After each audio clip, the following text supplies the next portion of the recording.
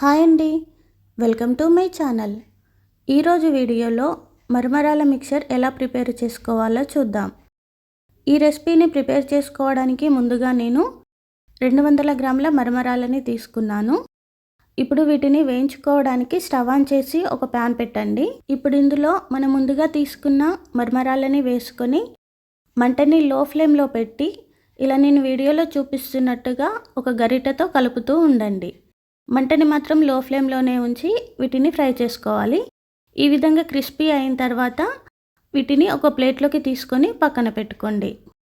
ఇప్పుడు మళ్ళీ stove on చేసి ప్యాన్ పెట్టి ప్యాన్ హీట్ ఎక్కిన తర్వాత 4 టేబుల్ స్పూన్స్ ఆయిల్ వేసుకొని ఆయిల్ హీట్ ఎక్కిన తర్వాత 1/2 కప్పు కంటే కొద్దిగా ఎక్కువ పల్లీలను ఇందులో వేసుకోండి. తర్వాత ఇందులో 1 టీ స్పూన్ జీలకర్ర, 1 టీ స్పూన్ ఆవాలు వేసుకొని ఒకసారి కలపండి. మంటని లో ఫ్లేమ్లోనే ఉంచి ఒక 2 ఎండుమిర్చి, ఒక 4 పచ్చిమిర్చి వేసుకొని ఇలా కలుపుతూ ఉండండి.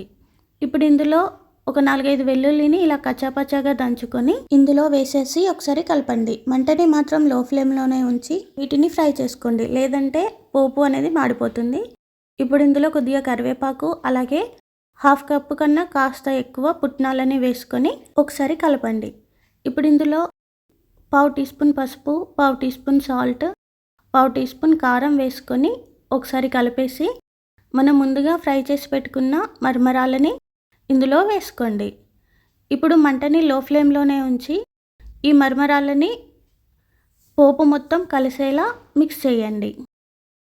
ఈ విధంగా మొత్తాన్ని మిక్స్ చేసిన తర్వాత స్టవ్ ఆఫ్ చేయండి.